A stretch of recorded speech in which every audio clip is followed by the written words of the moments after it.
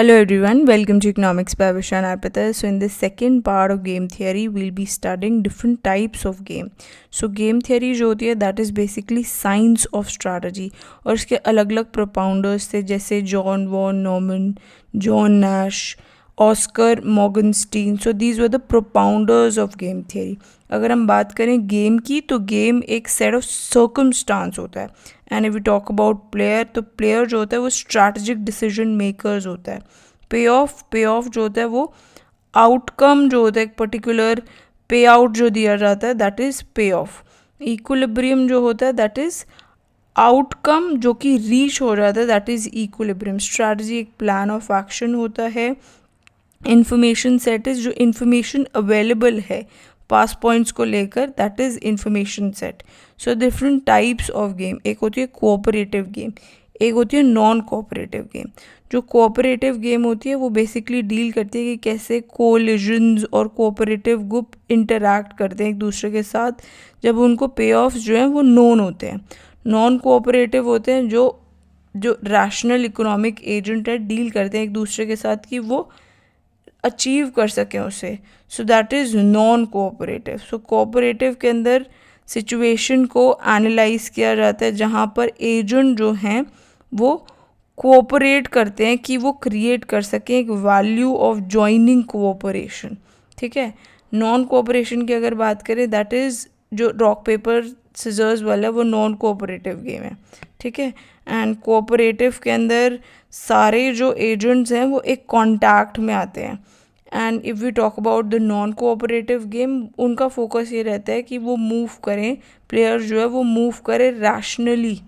मतलब वो एक दूसरे के कांटेक्ट में नहीं आते. बट अगर हम बात करें कोऑपरेटिव की वो एक दूसरे के कांटेक्ट में आते हैं और फिर एक डिसीजन बनाते हैं. सो that is a difference between a cooperative and a non cooperative game. Second is जो दूसरा टाइप का होता है that is simultaneous move and sequential move. जो साइमल्टेनियस मूव होता है इसके अंदर जो मूव होता है दो प्लेयर्स जो हैं वो साइमल्टेनियसली इकट्ठा एक मूव लेते हैं, एक जैसा मूव ले सकते हैं, साइमल्टेनियसली ले रहे हैं. So players do not have knowledge about the other player. इकट्ठी चीज़ कर रहे हैं तो एक को दूसरे के बारे में नहीं पता. सिक्वेंशियल इज एक ले रहा है फिर दूसरा उसको देख के कुछ ले रहा है. So that is a sequential move. So जो हमारा जो this simultaneous move that is a zero sum game होता है जिसमें gain of one is equal to the loss of the player two, for example in the case of chess. और अगर हम बात करें सिक्वेंशियल मूव की तो that is a non zero sum game जहाँ पे sum of outcome of player zero के बराबर नहीं होता. ठीक है. So that is there. और दो स्ट्रैटेजीज अलग से और होती हैं जैसे प्योर स्ट्रैटेजी और मिक्स स्ट्रैटेजी. प्योर स्ट्रैटेजी के अंदर सिर्फ एक स्ट्रैटेजी जो है वो सिलेक्ट होती है. मिक्स स्ट्रैटेजी के अंदर मल्टीपल स्ट्रैटेजीज होती हैं. प्योर स्ट्रैटेजी को जब अडॉप्ट किया जाता है उसमें जो प्लेयर है वो अडॉप्ट करता है ऐसी स्ट्रैटेजी जो उसको बेस्ट पे ऑफ दे. ठीक है. So that is a pure strategy. Mix strategy के अंदर प्लेयर जो है वो अडॉप्ट करता है अलग अलग स्ट्रैटेजी कि उसको एक पॉसिबल आउटकम मिल सके. तो that is a mix strategy. Pure strategy जो है वो प्रोवाइड करता है मैक्सिमम प्रॉफिट या बेस्ट आउटकम प्लेयर को. फॉर एग्जांपल इंक्रीज हो गया price of both the things. So that is a pure strategy. Mix strategy अलग अलग हो सकती है. जैसे अगर आप बैट्समैन की बात करें, बॉलर क्या करता है वो अलग अलग बॉल्स अलग अलग तरीके से डालता है, अलग अलग स्ट्रैटेजी से डालता है कि वो बैट्समैन को कंफ्यूज कर सके. सो that is a mix strategy. ठीक है. सो डोमिनेंट और डोमिनेटेड दो अलग स्ट्रैटेजीज होती हैं जिसमें डोमिनेंट जो है is the one that is best for that particular player. वो सिर्फ एक पर्टिकुलर प्लेयर के लिए सही होती है and it is not influence by the strategy of the other player. दूसरे से इन्फ्लुएंस नहीं होती. That is a dominant. और डोमिनेटेड क्या होता है वो ऐसी स्ट्रैटेजी होती है जिसके अंदर वन पर्सन वो है वो प्रोवाइड करता है player the least payoff as compare to the strategy that is identified so that it can be eliminated. इसका हम नीचे एग्जाम्पल देखेंगे. दैट इज़ अ मैक्समिन जो डोमिनेट का है. दैट इज़ अ मैक्समिन जिसमें हम मैक्सिमाइज करते हैं और मैक्सिमाइज करते हैं मिनिमम गेन्स को. डोमिनेटेड के अंदर हम मिनिमाइज करते हैं मैक्सिमम लॉस को. ठीक है. और अगर मिनी मैक्स और मैक्सिमिन बराबर हो जाते हैं तो वहाँ पे एक सैडल पॉइंट होता है. So this is an example जहाँ पे हम मैक्समिन और मिनी मैक्स निकालेंगे. ठीक है. सो बाय डिफ़ॉल्ट मान लो कि दो प्लेयर्स हैं, वन इज़ ए एंड दूसरा इज़ बी। तो ए के पास 3 स्ट्रैटेजीज़ हैं, A1 A2 A3। बी के पास 2 स्ट्रैटेजीज़ हैं, B1 B2। इसमें आपको क्या करना है, आपको कॉलम का मैक्सिमम निकालना है। तो इस पूरे कॉलम में अगर आप देखोगे तो मैक्सिमम क्या आएगा, 2 आएगा। ठीक है, तो 2 इज़ रिटन हियर। और अगर हम बात करें दिस पर्सन B2, मतलब जब B2 स्ट्रैटेजी है तो उस केस में उसका मैक्सिमम जब निकालेंगे, इस केस के अंदर मैक्सिमम क्या है, 6 है।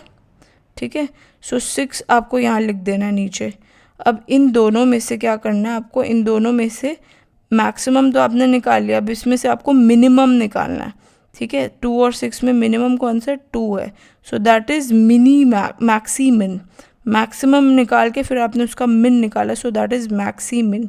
और ऐसे ही हम दूसरा निकालते हैं, दैट इज़ मिनी मैक्स। वो कैसे निकालेंगे, पहले आपको रो में से मिनिमम निकालना है। इस पूरे रो में मिनिमम कौन सा है, दैट इज़ -1। 6 और -1 को कंपेयर करोगे तो -1 जो है वो छोटा है, सो अकॉर्डिंगली हमने -1 यहाँ लिख दिया। एंड यहाँ पर क्या है, 2 और 4 में कौन सा छोटा है, 2 छोटा है। ठीक है, सो जब 2 छोटा है तो हमने 2 यहाँ लिख दिया।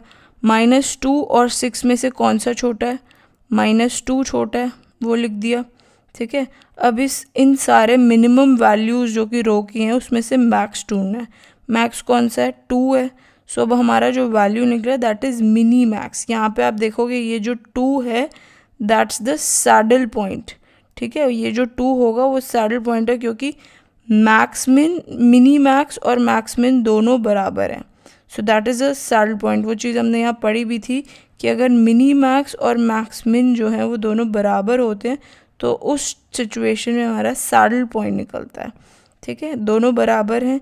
नेक्स्ट क्वेश्चन देखते हैं। नेक्स्ट इज़ रिलेटेड, इसमें भी 2 प्लेयर्स हैं और उनकी 2 स्ट्रैटेजीज़ हैं, एक A1 A2 B1 B2। अब यहाँ पे भी वही चीज़ आपको करनी है, मैक्सिमम निकालना है कॉलम का। इसमें से मैक्सिमम कौन सा है, 9। इसमें से मैक्सिमम निकालोगे, 7 और 11 में से 11 मैक्सिमम है। अब 9 और 11 में से जो मैक्सिमम है, जो हमें मैक्सिमम निकालना है, मैक्सिमम ने ऊपर से ले लिया। अब इनमें से मिनिमम कौन सा है, 9, तो दैट इज़ मैक्सिमम। ठीक है, सिमिलरली अब इस रो में से मिनिमम कौन सा है, 7, वो चीज़ लिख दी इधर। अब इस रो में से देखोगे तो हमारा मिनिमम कौन सा है, 5, वो लिख दिया। अब इन दोनों में से मैक्सिमम कौन सा है, वो है 7, वो लिख दिया। सो दैट इज़ मिनी मैक्स। और यहाँ पे आप देखोगे मैक्सिमिन और मिनी मैक्स दोनों बराबर नहीं है, तो उस केस पे कोई भी सैडल पॉइंट नहीं होगा। और जो स्ट्रैटेजी है this is a mix strategy. ठीक है, अब बात कर लेते हैं जो हमारा प्रिजनर्स डिलेमा है। प्रिजनर्स डिलेमा किसने डेवलप करा था, this was develop by W टकर। इसमें 2 प्लेयर्स जो है वो लॉक करे जाते हैं अलग अलग सेल्स के अंदर, and they have no chance to communicate. वो कम्युनिकेट नहीं कर सकते। So they in that case they both give some information. अगर उनको बोथ आर गिवन, कुछ इन्फॉर्मेशन उनको दी जाती है, so that is regardless of the punishment. ठीक है, सो बेस्ट सोशल आउटकम जो होगा उसमें अभी हम पहले बात कर लेते हैं कि इसमें क्या क्या स्ट्रैटेजीज़ हैं। इसमें यूजली कोई भी स्टेबल इक्विलिब्रियम होता नहीं है। अब जैसे यहाँ पे 2 प्रिजनर्स हैं, प्रिजनर 1 है, दूसरा प्रिजनर 2 है, और उनके पास 2 स्ट्रैटेजी हैं। अगर वो कन्फेस कर देंगे तो उनकी, दोनों अगर कन्फेस कर देते हैं, सपोज करो दोनों ने कन्फेस कर दिया कि हाँ हमने कोई क्राइम किया है, तो उनकी जो जेल होगी दैट विल बी 8-8 साल की जेल होगी उनको।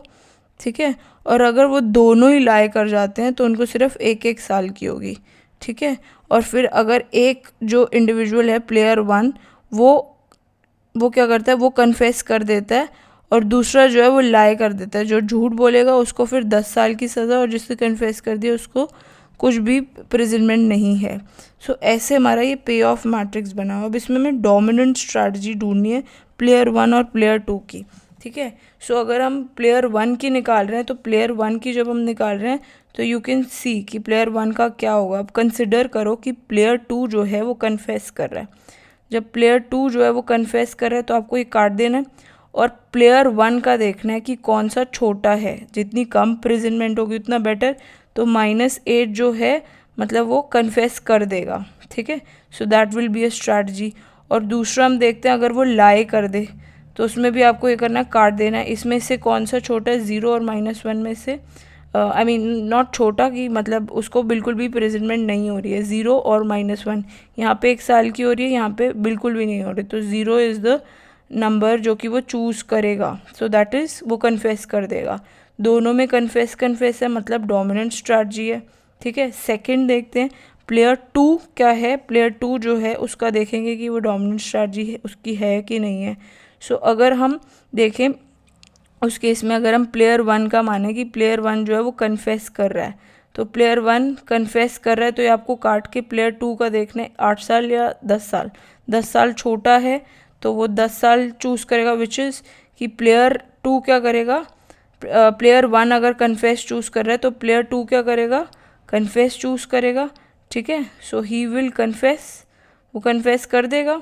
ठीक है, सो दैट इज़ देयर। अगर हम बात करें प्लेयर 1 जो है वो अगर लाई कर देता है, सपोज करो अगर उसने लाई कर दिया, तो we will just remove this player 2। Player 2 का देख रहे हैं, तो प्लेयर 1 क्या करेगा उस केस में। ठीक है, सो प्लेयर 1 अगर लाई कर रहा है, तो ये अगर लाई कर रहा है तो इसको आप हटा दोगे, प्लेयर 2 क्या करेगा, प्लेयर 2 क्या करेगा, वो भी कन्फेस कर देगा। तो दोनों की सिचुएशन में कन्फेस जो है वो that is a dominant strategy. ठीक है, इस केस में डोमिनेंट स्ट्रैटेजी वो है। और यहाँ पे अगर हम बात करें परेटो ऑप्टिमल कंडीशन की, दैट इज़ दिस, बट ये स्टेबल इक्विलिब्रियम नहीं होगा।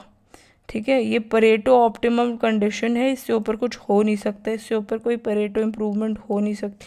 सो ये परेटो ऑप्टिमम कंडीशन है, -1 ठीक है, कि दोनों ही झूठ बोल दें तो उनको 1 साल की सज़ा हो जाएगी, उसके बाद वो रिलीज़ हो जाएंगे। So that is Pareto optimum condition. ठीक है, सो दैट इज़ देयर। अब एक पास्ट ईयर का क्वेश्चन था, if we can see that past year का क्वेश्चन इज़ कि in a game theory model जो स्ट्रैटेजी है उसमें इंक्लूड होता है the optimal choice to change the price, to develop new और जो डिफ्रेंशिएटेड प्रोडक्ट है उसको, या इंट्रोड्यूस करें अ न्यू और अ डिफरेंट जो एडवर्टीजमेंट कंपेन है उसे कर लें, या बिल्डअप करें एक्सेस कैपेसिटी। तो गेम थियरी की स्ट्रैटेजीज जो हैं उसमें अलग अलग कुछ भी स्ट्रैटेजी हो सकती है। So all of the above जो है दैट्स द करेक्ट ऑप्शन। ठीक है, नेक्स्ट क्वेश्चन देखते हैं, that is under non cooperative game it is essential to understand one's opponent point of view, not essential to understand one's point of view. Third is essential to understand one's point of view and to deduce the likely response accordingly. So ये जो है that's the correct option C.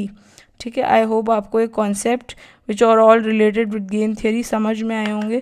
Thanks for watching, bye bye.